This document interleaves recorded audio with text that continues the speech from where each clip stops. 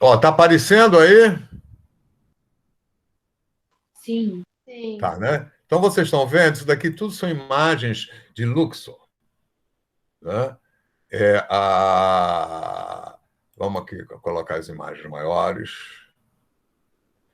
Então, reparem aqui, né? Isso daqui é um templo. Olha aqui o tamanho das pessoas, né? O... Isso daqui são as colunas, são colunas, né? Aqui é um caminho. Isso tudo aqui é outro aspecto do templo, né? Com o obelisco, né? O obelisco é uma invenção dos egípcios, que isso marcava ali o obelisco, a conquista, o poder, né? E o obelisco está aí em todas as cidades. Inclusive, tem um obelisco em Paris, foi levado diretamente do Egito, né? Foi pilhagem. Na conquista de Napoleão, o Napoleão conquistou o Egito e fez uma pilhagem enorme, né? Levou, isso era, a guerra era assim. Mas mesmo, e hoje vamos dizer, né? Aqui no Rio a gente tem vários. É, a,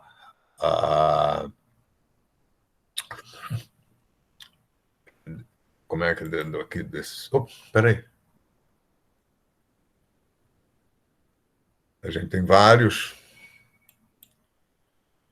desses monumentos, né?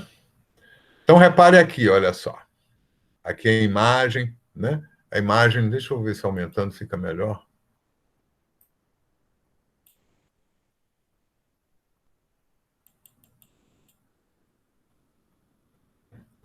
Foi demais.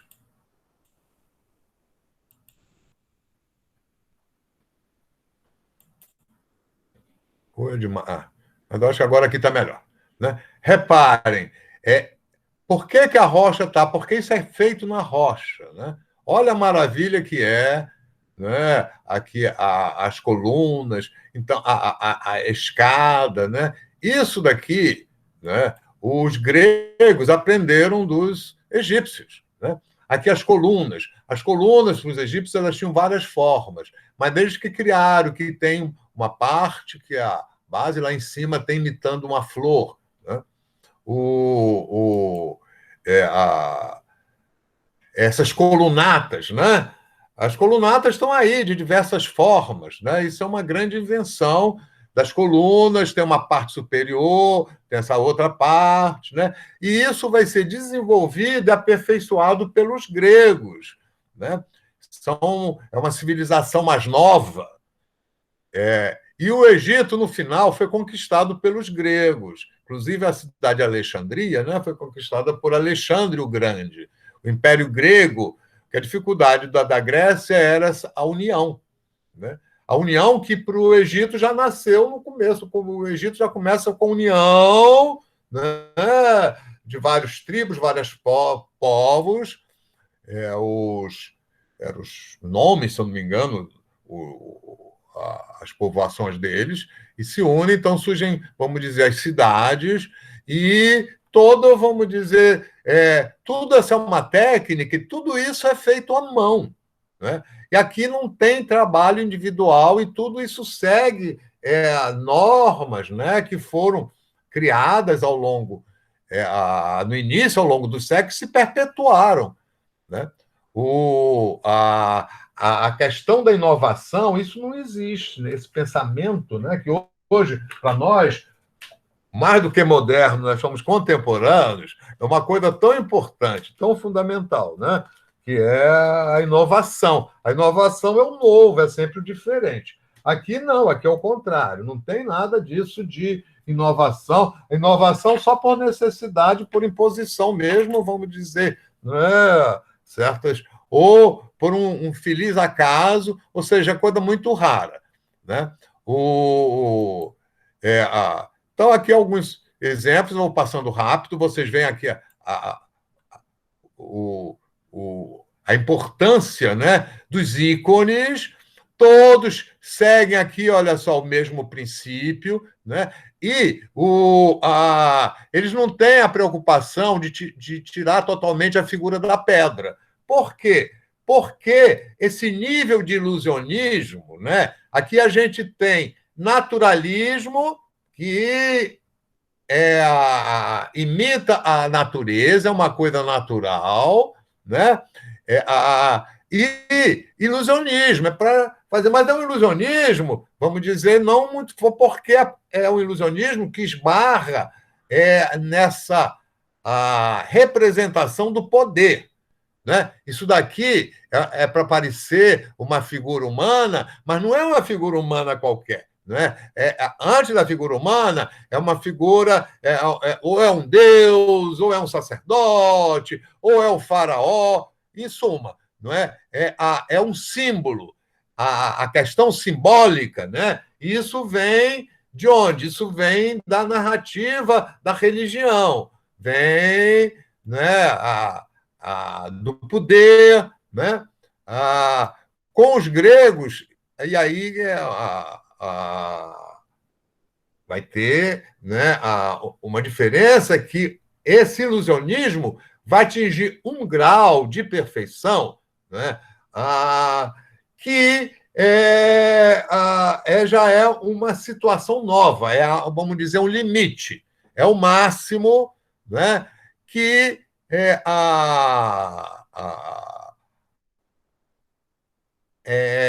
digamos, em termos de poder da imagem, o ilusionismo escultórico é o máximo que a antiguidade e a Idade Média alcança. E é também com os gregos que, além de, vamos dizer, atingir a perfeição do ilusionismo escultórico, eles vão criar o ilusionismo pictórico, imitando o ícone escultórico, né? Através da cor, através de misturas de cor mais clara, cor mais escura, não é? Através de uma maior observação dos seres, somente os seres humanos. Né? Então, o ilusionismo escultórico, o ilusionismo pictórico dos gregos é um marco porque isso suscita questões sobre a imagem, sobre a visão, né? Sobre o poder, que já na Grécia, né? Quando digamos, essa perfeição do ilusionismo escultórico é atingida e começa o ilusionismo pictórico, e é também ao mesmo tempo que os poetas inventam o ilusionismo do teatro. Então, isso vai gerar uma polêmica, uma discussão. Por um lado, Platão, que vai ser um filósofo de uma influência até hoje, importantíssima, né? Porque ele traz coisas, trouxe, né?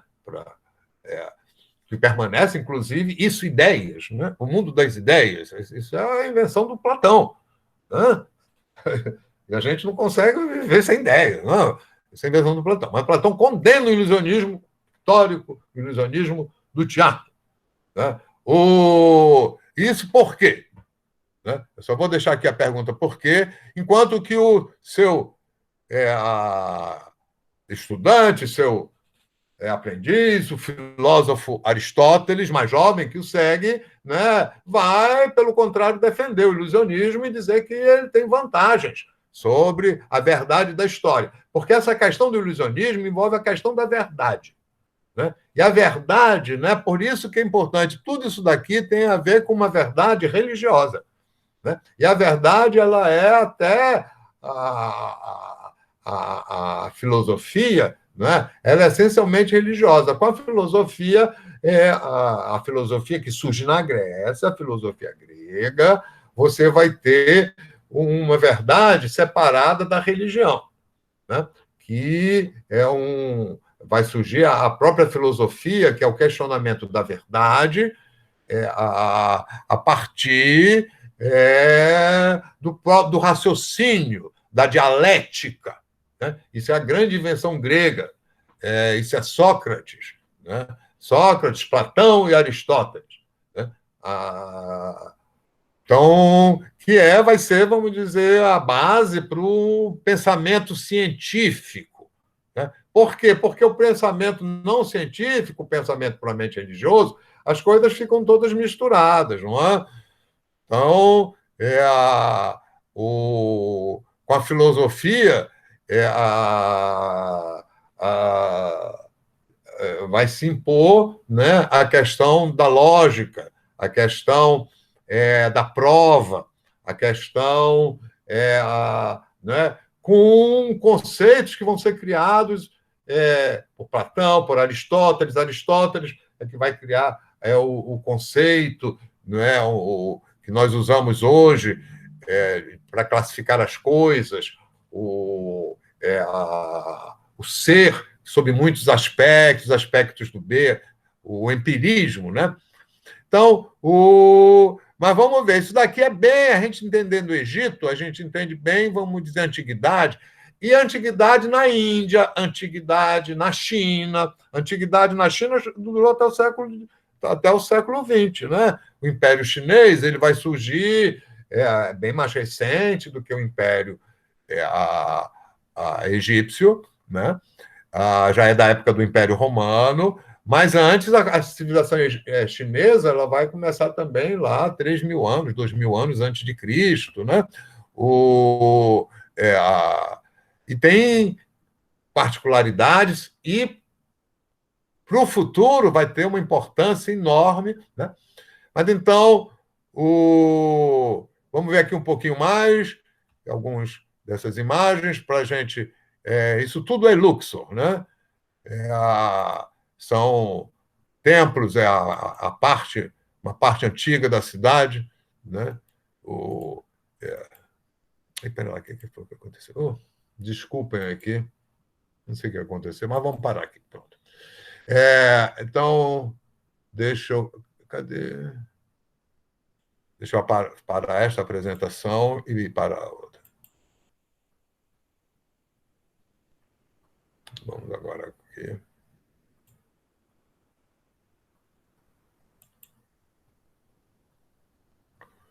Uhum.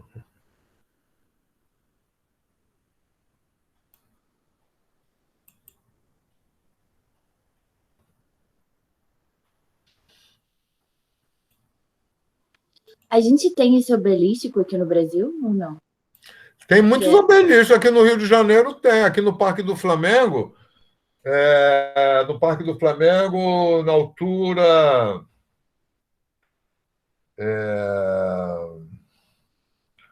Na altura da Rui Barbosa, tem um obelisco.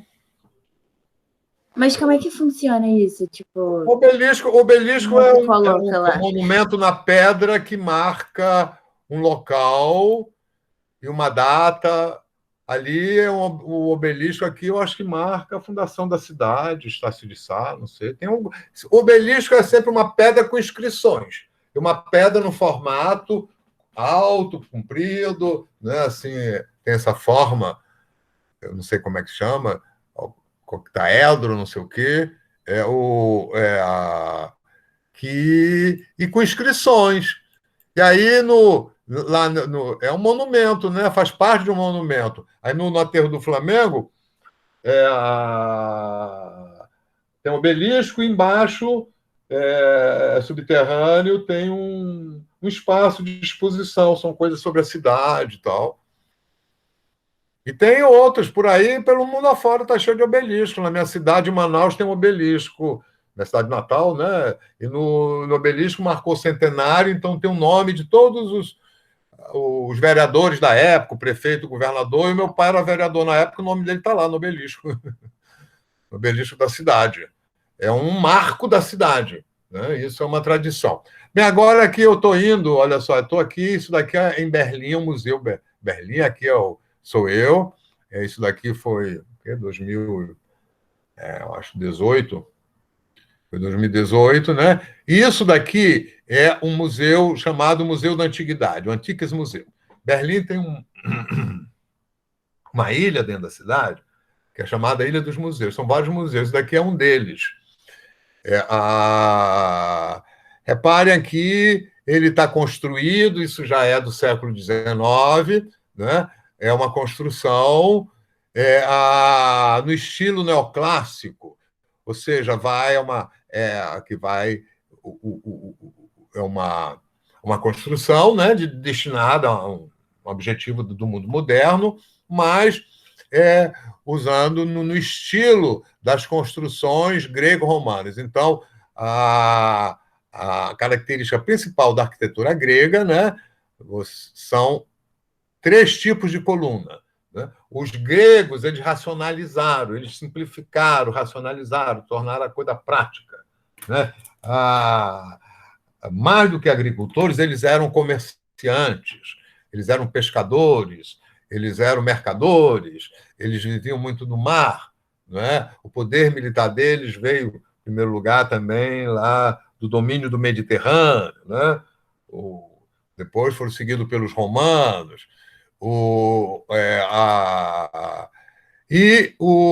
Essa praticidade, né? Essa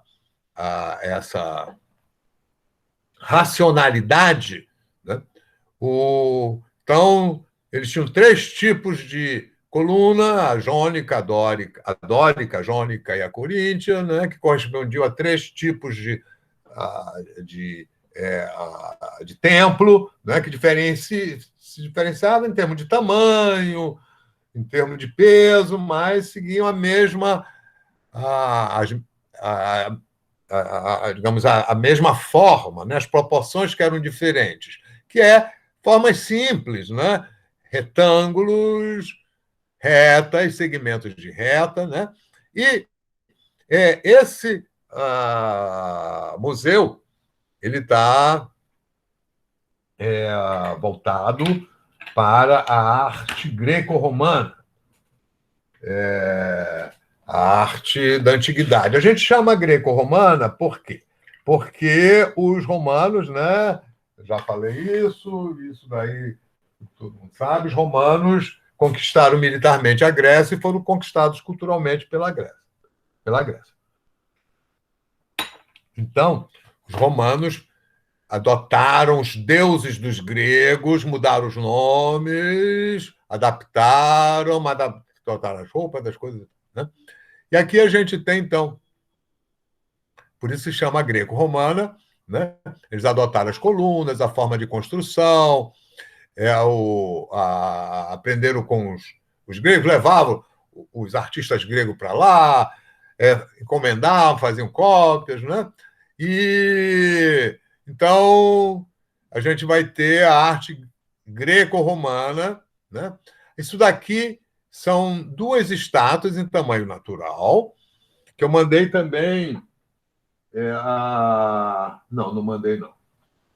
Eu acho que tem também um textinho. Isso está nesse livro da arte, né, da editora Globo, tem a história.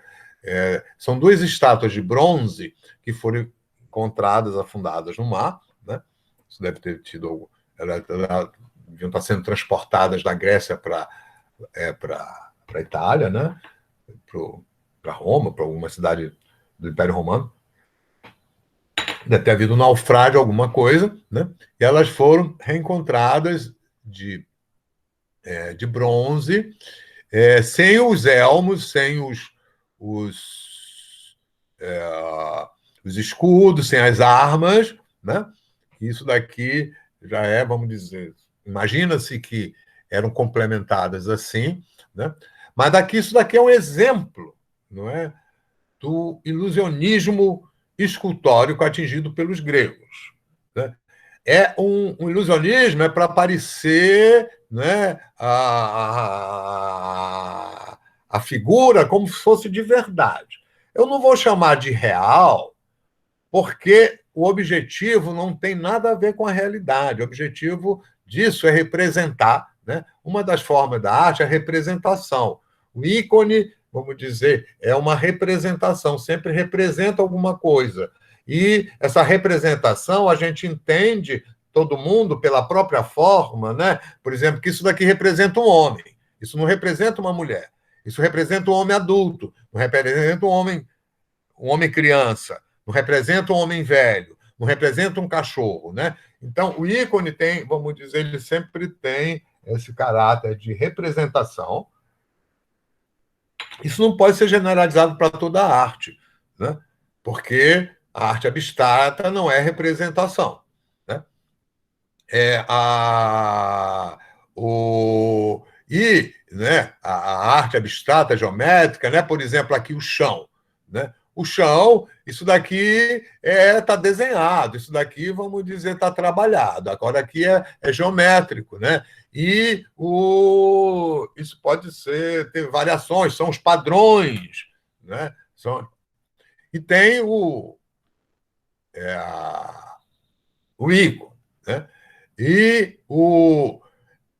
representa o quê? Não representa aqui nada da realidade. Isso representa algo do ideal. Né? Então, aqui está representando dois guerreiros ideais, perfeitos. Né? Ninguém é perfeito, isso não existe. Né?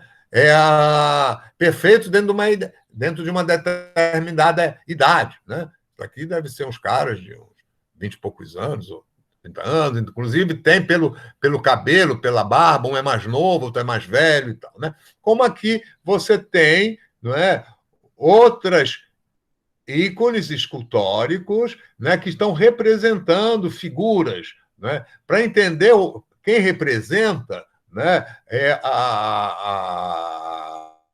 alguns elementos. Né? Então, ele tem um cajado, ele aqui tem uma ave do lado. Né? Porque isso também não está representando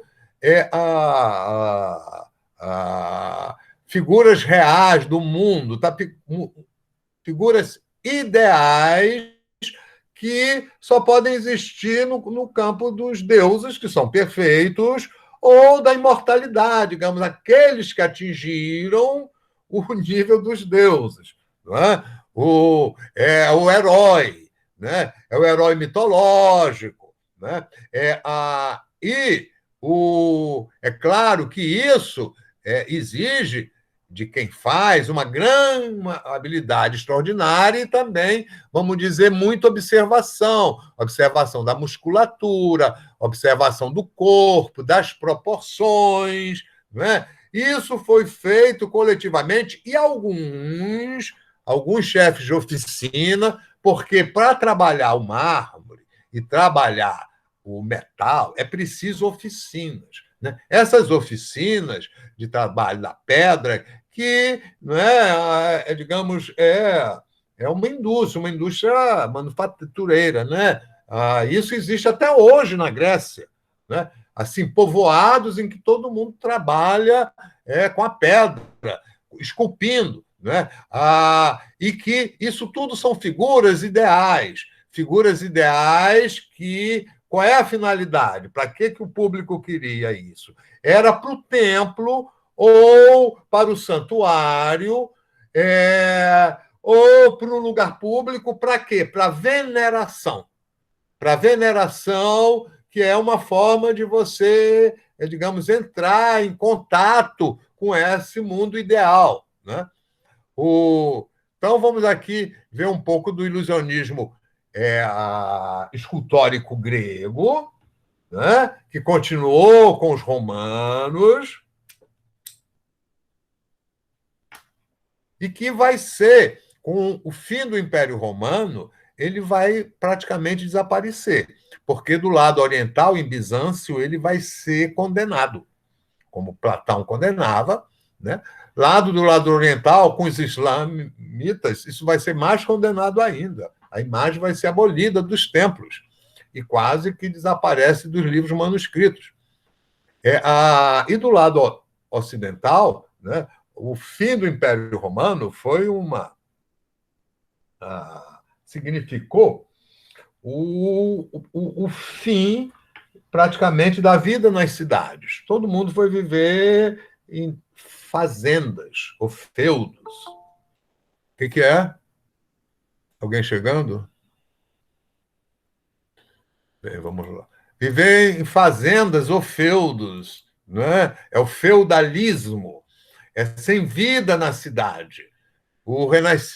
A vida da cidade, na cidade, né, do lado ocidental, ela vai começando, porque a vida urbana não acabou totalmente, a vida da cidade parou praticamente, mas porque a igreja, organizada pelo último imperador, do Império Romano, Constantino, depois dele vem a divisão, ele que faz a divisão, né? Ele criou a Igreja Cristã como uma grande estrutura imperial, né? Com toda uma organização baseada na escrita, no livro. Então, os mosteiros, né, se tornaram o centro cultural, o centro administrativo, o que organizava a vida com base não na escrita, porque a base da escrita, da lei, né, ela modera o ser humano. Imagina só se você, tudo quando é resolvido na base da palavra, na base o quanto a raiva, né, o momento pode interferir nas, nas decisões, né? Depois você matou, tem mais como voltar atrás, né? Então, as leis vão colocar limites, as leis escritas, tudo, vamos dizer, e também o domínio da escrita significa o domínio do calendário.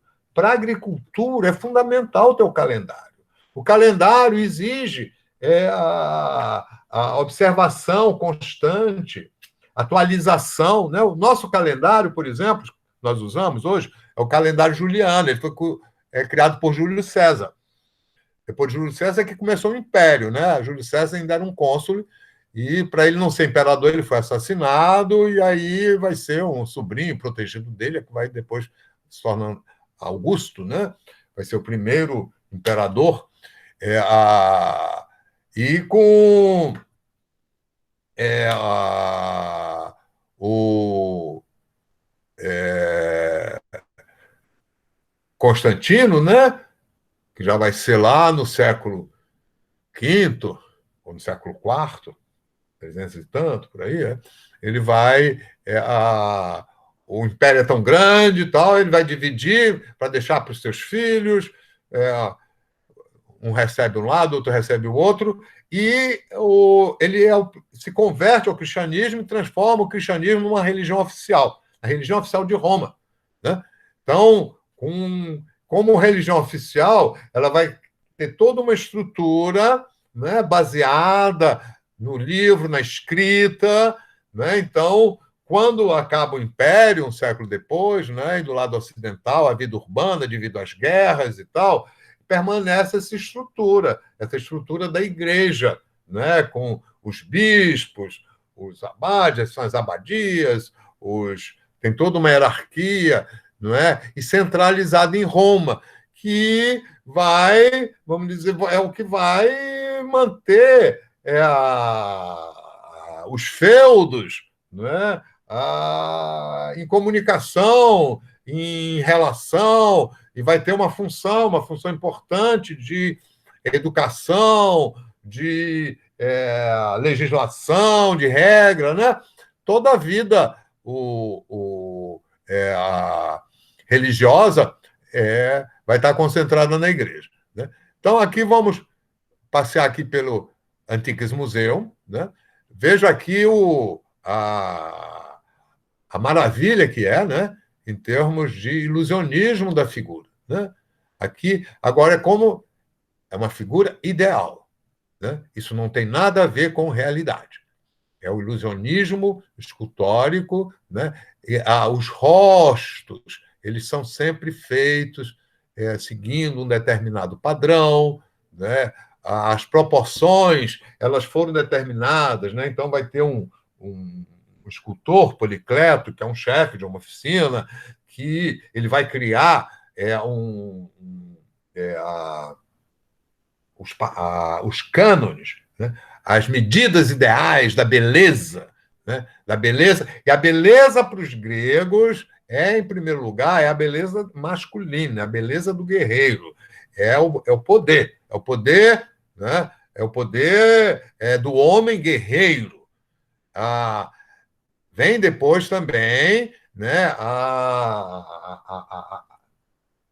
não exatamente a beleza feminina, mas também como expressão do poder feminino. Mas isso, olha, a mulher na antiguidade, em todas as civilizações, a mulher é um tabu a representação da mulher e a mulher na vida pública, né? As mulheres se cobrem, né? Essa coisa dos véus, dos coisas, né? As gregas, as romanas, com as divisões das famílias, né? Esse controle do sexo, da natalidade, da criação, né?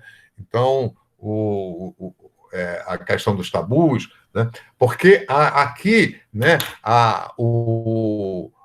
mostrar a potência do guerreiro, né? A beleza é a beleza masculina, a beleza do guerreiro, do menino. Aqui é um adolescente, né? E todos eles seguem um padrão, né? Então tem a forma do rosto, né? Essa forma do rosto vocês vão ver, vão encontrar diferentes. Agora, isso possibilita também um retrato idealizado, já com os gregos surgem os retratos, e depois os romanos. Então tem o retrato escultórico, né, de, de Sócrates, de algumas figuras. Né? No Império Romano, os imperadores passam a ser representados. Inclusive, é essa ali relação que vai se estabelecer, por exemplo, entre a imagem do imperador, né, com uma imagem ideal, vamos dizer, isso é uma violação do tabu. Isso vai ser uma das razões porque em Bizâncio vai se acabar com o ilusionismo, o ilusionismo escultórico e pictórico, né? Vai ser abolido, né? Vai haver a iconoclastia, as estátuas vão ser destruídas. Né? Então, aqui, né, é um jovem, né, um efebo, um adolescente, ou entrando na vida, aqui já é um corpo de um homem, né? Isso daqui são restos que são encontrados pela arqueologia, né? Aqui duas figuras, né? Assim, os corpos, né? Aqui, isso daqui já é do tempo dos romanos. Isso daqui é Antinous. É Adriano, um dos grandes imperadores romanos, eu não sei, eu acho que é século II, não sei, papapá, mas foi um grande imperador, assim. E os gregos e os romanos, eles aceitavam o romance entre homens. Isso daqui foi um amante, uma grande paixão do Adriano, Antinous. Um rapaz, um jovem efebo ainda, um adolescente, e ele morreu afogado. E depois, quando ele morre afogado, Adriano fica muito deprimido e manda criar uma estátua dele para ele ser cultuado como se fosse um deus. Né? Então, é uma imagem idealizada de Antinous. Né? Aqui no Museu Nacional de Belas Artes tem um retrato, também um retrato idealizado. Isso não quer dizer que ele fosse retrato assim, né? Que ele fosse realmente assim. É uma idealização digamos, de um jovem. E aqui tem uma cópia, né? Uma cópia de um retrato de Antinous. Isso foi feito, não é para colocar no templo, mas é para colocar no jardim, na vila romana, né? É um culto, né? Quando você é uma forma de culto, de cultuar. Né? Aqui então, são outros exemplos. As representações femininas são muito pequenas, poucas relativamente às masculinas, né? Porque aqui é Deus Apolo, que é o deus da inteligência, da poesia, né? Ele com a lira, né? A música na antiguidade, essencialmente, é corda e é ritmo, tambor, né? E é uma coisa masculina. Né? É o tabu, por exemplo, da mulher cantar, né? Mulher cantar em público. Isso chega até hoje, né? No Islã, no Irã, por exemplo, elas não podem, isso é proibido. E aqui no Ocidente, né, ainda no século XVIII, isso era um tabu, as mulheres não podiam cantar. Então tinha a ópera tem o soprano, para ter o soprano eram os castrantes, né? Castrava os meninos, que tinham uma voz boa, quando chegava na adolescência, não deixava amadurecer para a voz não engrossar, e eles viravam castrates.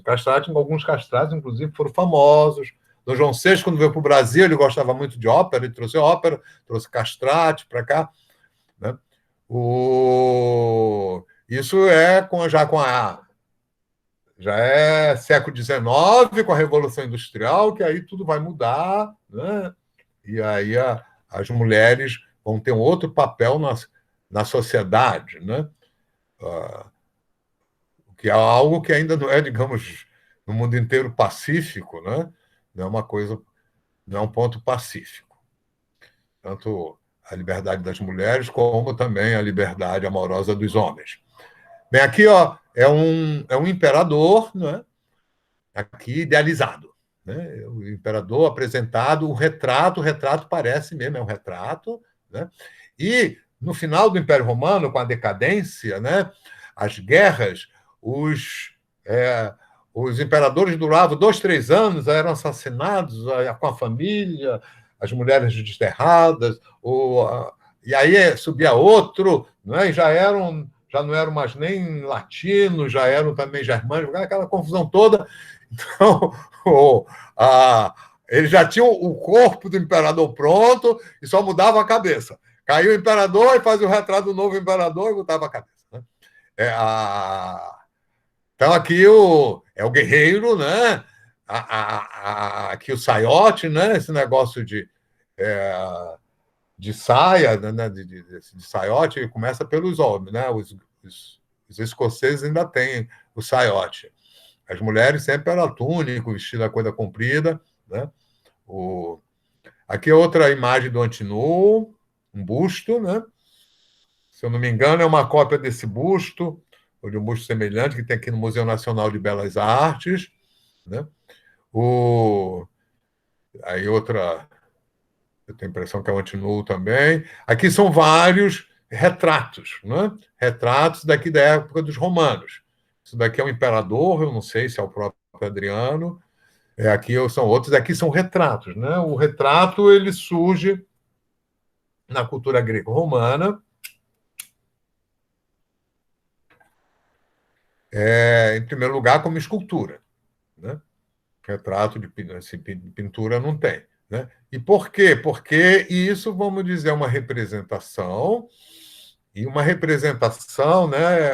A representação significa o quê? Tornar presente, estar presente. Então, com uma figura de tamanho natural, né? Está no espaço como a gente, né? Mexe com a nossa psique. Então, a gente tem uma presença. Né? Ou você tem realmente, né, tem uma força.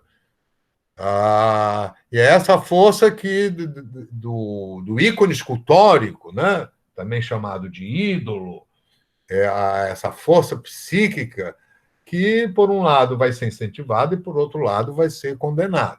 Né? Então, por exemplo, a cultura islâmica condena isso radicalmente. Inclusive, é crime fazer uma representação do profeta, né, de Maomé. Teve até aí um jornal de humor lá, francês. Foi um cara, eu acho que começou um cara na Dinamarca, um humorista lá que desenhou lá representou Maomé, né? Isso foi quando mataram pessoas, jogaram bomba lá houve um atentado lá, né, no Hebdo, né? E olha aqui o ilusionismo, né? O ilusionismo da escultura. Aqui é o retrato de uma mulher, deve ser a mãe do imperador, alguma coisa assim, né? Então, usando pedras diferentes, a gente vê ela com um vestido, né? E, né, os tecidos, a representação da mulher, né? Vai aparecer a Vênus ela vai surgir mais tarde, né? E aí, vamos dizer, toda uma idealização, né, da mulher. E o que eu quero notar, né? Tudo, aqui não existe isso que nós ah, prezamos tanto hoje, como vamos dizer, originalidade, né? Invenção, é tudo seguindo a tradição. Né? Aqui cabe, né, a arte como habilidade. Claro, o cara, para, vamos dizer, fazer isso, ele tem que ter uma habilidade especial. O escultor, não é? Ele é, antes de mais nada, o cara, o entalhador, né, com uma habilidade muito especial, né, e essa habilidade que, né, transforma aqui o mármore em tecido, é uma coisa extraordinária, né, como eles vão. Agora, isso é a contribuição de muitas. É produto de oficina, isso daqui não tem autores. No geral, é anônimo, tem alguns nomes de escultores e também de alguns pintores da Grécia, porque eles também criaram o ilusionismo pictórico, eles criaram, inclusive, uma pinacoteca, a pintura sobre madeira, não ficou nada sobre isso. Né? O que ficou, vamos dizer, do ilusionismo pictórico foi pintura sobre parede, né? Em fresco, principalmente da cultura romana. E o,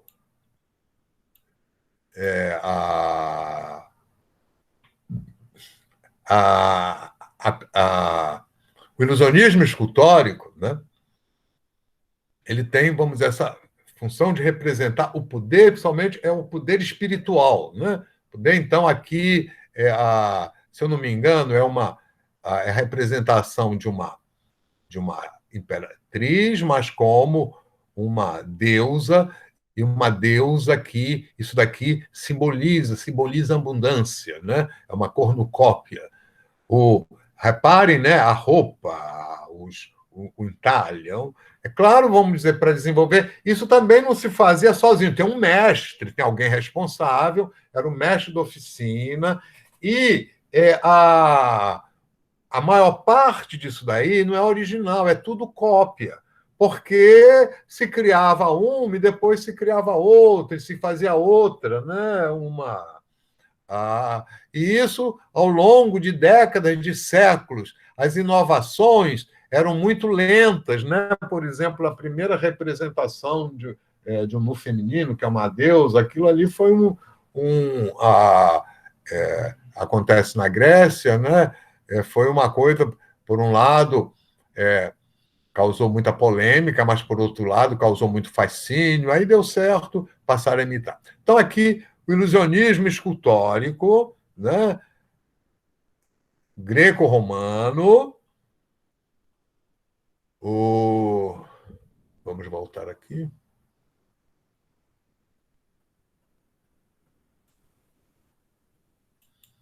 Vamos agora a outra.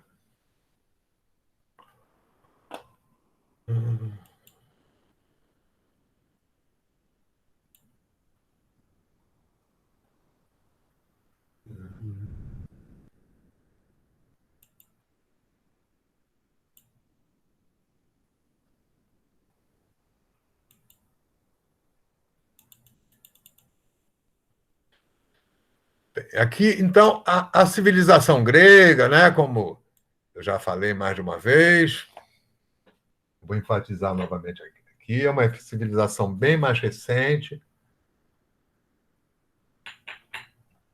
do que a egípcia, e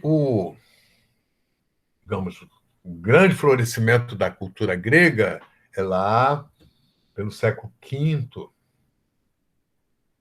e IV de Cristo, que é a era clássica, que culmina com a criação do Império Grego por Alexandre, um cara que assumiu o império ainda no final da adolescência, morreu aos 33 anos e conseguiu fazer uma campanha militar que foi até a Índia, conquistou o Egito, né? O Egito foi criado uma cidade chamada Alexandria, com uma biblioteca. Ele foi pupilo do Aristóteles. Aristóteles foi contratado como tutor, né? Então, ele foi um homem educado na filosofia, foi um, um super guerreiro, um grande estrategista, um grande general, né? Que morreu aos 33 anos de tifo. E nesse tempo, né, nessa época, com, da Grécia clássica, é que, né, o livro manuscrito, já em códex, ele vai ser desenvolvido e isso vai dar o surgimento da filosofia. E, coincidentemente, esse surgimento da filosofia, né, ele acontece assim, num espaço de poucos séculos, ele acontece em 3 locais diferentes. Um é na Grécia, como eu já falei mais uma vez, o outro vai ser na Índia, onde floresce a civilização hindu, o hinduísmo, com milhares de deuses que têm representação ilusionista. Eu não tenho aqui nenhuma imagem, eu vou deixar isso daí para um tema de trabalho, a questão da civilização hindu, né? Cuidado para não confundir a Índia de hoje, que a Índia de hoje é o resultado é uma mistura, né? Você tem a Índia hindu, que é a Índia original, depois você tem a Índia muçulmana, que já é conquista dos muçulmanos, já na Idade Média, uma parte, né? Por exemplo, hoje em dia, um dos símbolos da Índia é aquele túmulo, né? Tem até a música do Jorge Ben, o Taj Mahal. Taj Mahal é uma obra islâmica, não tem nada a ver com o hinduísmo, né? E do hinduísmo surgiu, porque toda religião é uma filosofia, é todo uma religião em si tem, vamos dizer, uma filosofia como caminho, qual é a melhor maneira de viver, né? Qual é a forma certa de viver, como é que a gente vai viver, né? E toda religião oferece uma forma de viver. Você aceitar uma religião é você aceitar todo um estilo de vida, né? Que até a Revolução Industrial, vamos dizer, era a vida de todo mundo, porque a vida até a Revolução Industrial, né, o tempo era controlado pela religião. Né? Como é que era o tempo controlado na Antiguidade? Na Idade Média. Isso vem até o século XIX pela religião. Não era tanta gente. Como é que começa o dia? Né? Na religião cristã, toca o sino. Lá na religião islâmica, começa o cara a fazer oração. Né? Lá no interior só tem uma coisa, cantou o galo. Né? Seguindo e o calendário. Né? As festas é conforme o calendário. O calendário, né? Isso varia, vamos dizer, de povo para povo, mas sempre E aí a filosofia, né, que tem a ver com o livro manuscrito, já o livro códex, né, vai ser uma coisa diferente, porque a filosofia ela vai ser, digamos, ela vai questionar, ela vai partir de algumas questões que têm a ver com como é que a gente vive da melhor maneira possível. Né? Para os gregos, isso começou lá com Tales de Mileto, em que ele vai questionar, vai perguntar o que é o princípio de todas as coisas. Né? Lá, os gregos antigos, né? Ainda no comecinho da filosofia, que é com Tales, lá Mileto é uma das cidades gregas, lá na parte continental, eles tomaram consciência, né, de como a água muda em vapor, o vapor muda em água, a terra se desfaz, a rocha se desfaz, vira lama, mexe, como os elementos, as coisas se misturam, como, vamos dizer, as coisas surgem, morrem, depois ressurgem, reaparecem e tal, né? E, e, sobretudo, essa coisa cíclica, né? Inclusive também o vulcão, né? A erupção do vulcão, o fogo, que o fogo, que é fumaça, é líquido, aquilo vira sólido, aquilo fecunda o solo, né? Do solo vem a planta solta afeta o ar, né? O vento. Então, eles viram uma ligação em todas as coisas. E então vem a questão de onde começa toda a filosofia grega, né? Qual é o princípio de todas as coisas? Aquilo que está presente em todas as coisas, né? De onde tudo vem, para onde tudo volta. E para o Tales, a resposta foi a água. Então, para o Tales, em tudo estaria o elemento água, e quando tudo desaparece, volta a ser água, e é da água que tudo surge. Né? O que tem uma certa dose de verdade. Só que aí a filosofia é diferente da religião, que a religião parte, vamos dizer, de uma certeza, uma convicção. Né? A filosofia, ela coloca a questão e é isso que vai diferenciar a filosofia grega, que vamos dizer, vai ser o questionamento, a dúvida e a negação.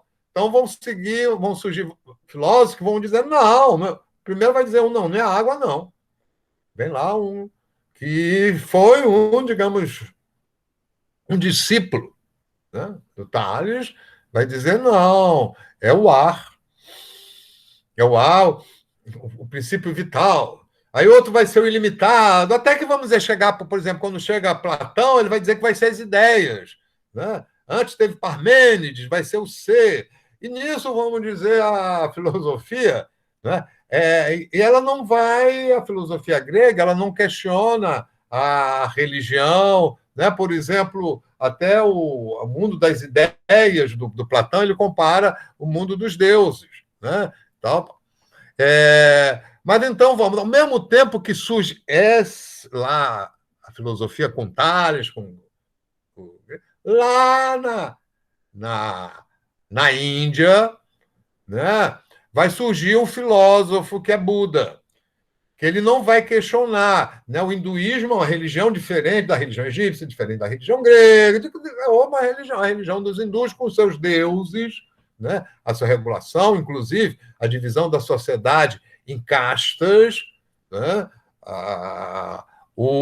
e que tem baseada na crença da alma eterna e a alma que reencarna até ela chegar à perfeição. Né? Então, a reencarnação é um princípio do hinduísmo, né? É a chamada metempsicose.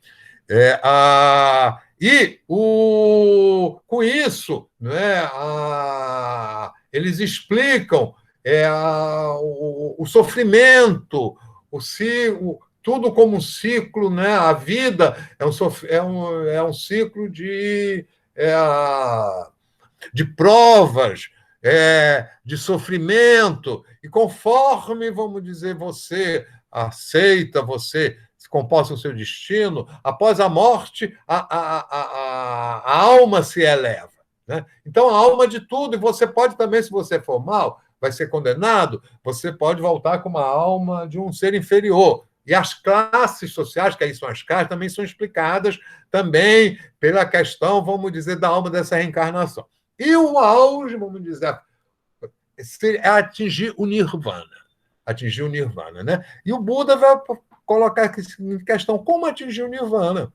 Como atingir o nirvana na vida. E com isso ele vai introduzir também uma coisa que não existe nas civilizações antigas e que depois vai ser muito importante para a religião cristã, a religião islâmica, que é a piedade, a misericórdia, né? E o Buda ele vai então criar uma filosofia de vida, uma filosofia de autocontrole, de introspecção, de meditação, tudo baseado, vamos dizer, na cultura hindu, né? Na cultura hindu, e ele vai, depois da iluminação, depois que ele encontra esse caminho para o Nirvana, não é? Ele vai trazer aos outros. Ele é um príncipe que nasceu com tudo, vamos dizer, protegido, né? Dentro do palácio, longe da miséria, mas que ele quis conhecer o mundo. E quando ele vai conhecer o mundo, ele fica tão chocado, não é? Para perguntar como é o sofrimento. E a iluminação vai ser que o sofrimento, vencer o sofrimento e atingir o nirvana é você ser capaz de controlar os seus desejos, né? O que vai implicar também, não é, na abstinência sexual, no controle da alimentação, né? E regras de meditação. E o importantíssimo é que, depois da morte do Buda, os ensinamentos, né? É como também Sócrates não escreveu nada. Quem escreveu depois é Platão, que vai escrever falando de Sócrates. O Buda também não escreveu, mas o Buda criou uma organização de monges, que depois também se estendeu para as mulheres, eram monjas também, depois eram monjas, e ele fazia discursos, né? Ele reunia as pessoas, se apresentava, né? Deve ter sido uma pessoa excepcional, extraordinária, né? Tanto é que ficou com o nome de iluminado. E depois da morte, né? Os ensinamentos do Buda de como levar uma vida, né? Para alcançar o nirvana, que é a felicidade, né? Isso depois da morte dele,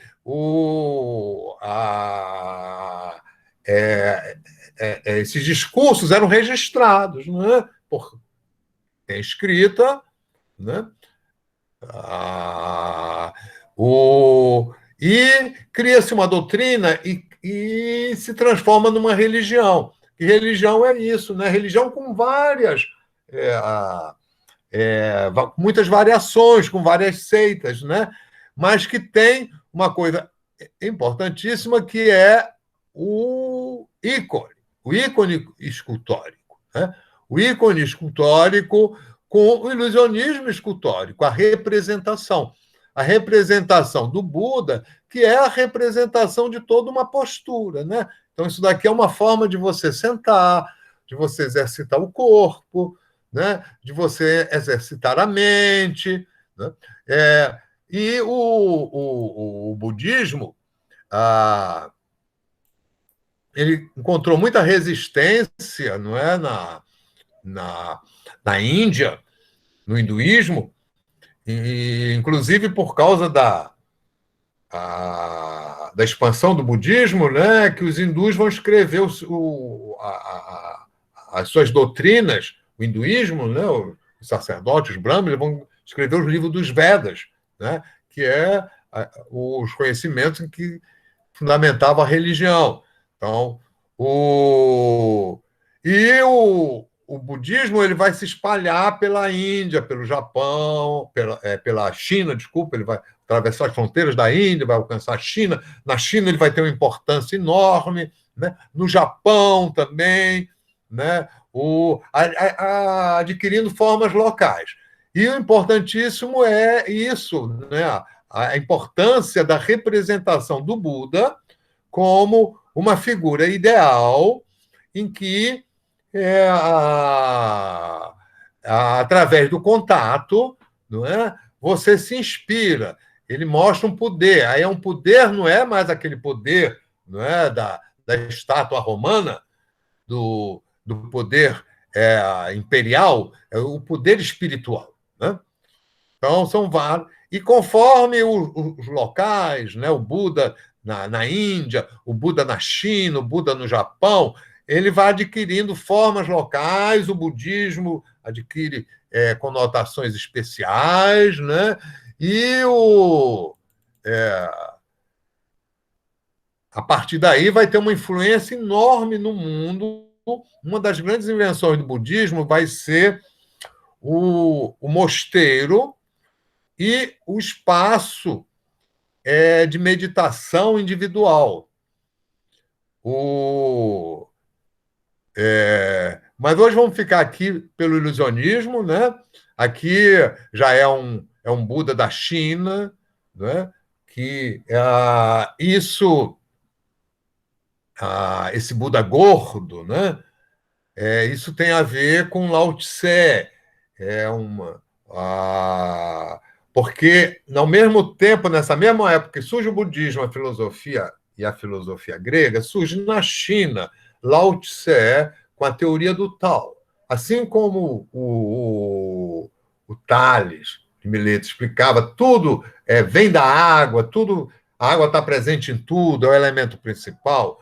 O Lao Tse vai ver como o princípio de todas as coisas a contradição de dois elementos fundamentais, o yin e o yang. Tudo, vamos dizer, as coisas podem ser vistas como um composto de yin e yang. E, dependendo a vida, a felicidade, depende desse equilíbrio de yin e yang.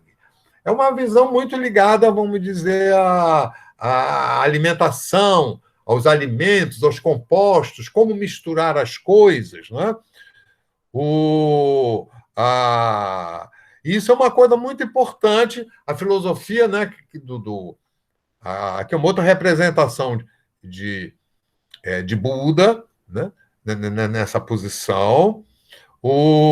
E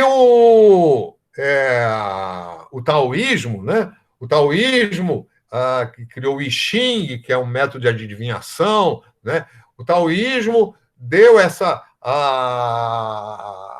percepção dos contrários, né? Da mistura dos contrários, dos elementos mais yin, mais yang e tal. Isso deu origem a um tipo de medicina que é a acupuntura, né? A medicina só que virou também religião, o taoísmo. Então, a gente tem a filosofia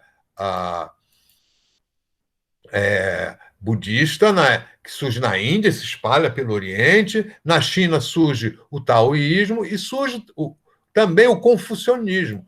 O Confúcio vai ser um filósofo que é um filósofo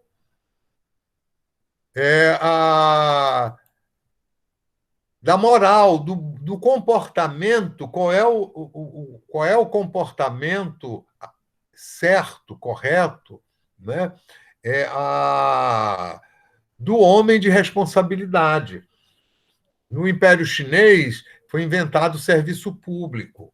Então, os funcionários, né, o imperador, ele não é exatamente como o faraó, mas o imperador chinês é o intermediário com os céus. Uma coisa, né, é uma figura sagrada e os funcionários do Estado eram escolhidos por concurso. O concurso público é uma invenção da China, de séculos atrás. Então, qual é o comportamento, né, moral correto? Então, o confucionismo vai criar toda uma série de regras. É uma filosofia, não é uma religião, mas depois da morte do Confúcio, né, das atribulações da vida dele, ele se transformou também, a filosofia dele virou religião, o confucionismo. E nós estamos acabando, já são 10h07, né, o tempo voou. Aqui uma das grandes invenções, eu vou concluir aqui com o budismo, depois a gente continua na aula que vem. Uma das grandes contribuições do budismo vai ser a criação da stupa. É um tipo de arquitetura, né? Antiguidade, Idade Média, a arte, essas coisas, é sempre arquitetura, escultura, pintura. Né? Eu mostrei ali o ilusionismo escultórico, mas isso em função dessas estupas que são templos, são lugares para um tipo de ato religioso, que, no caso, é entrar em contato com a imagem, é a meditação, é a reza, é a prece, né? Isso vai ter muita importância, como também o mosteiro, para o desenvolvimento da religião cristã. Né? E como o budismo se espalhou pela Ásia, então vai adquirir formas muito diferentes. São muitas estupas. Né? Reparem, isso daqui já tem essas construções assim, né, de abóbada, né? A questão dos arcos, isso vem já lá de Roma. Né? Então, conforme o local, né, você tem estupas diferentes, né? E a finalidade dela é exatamente o indivíduo entrar, não é, se maravilhar e entrar em contato com a representação, que aí já através da representação, evidentemente, o Buda ficou divinizado. Então, agora o tempo já passou. Deixa eu acabar aqui a gravação.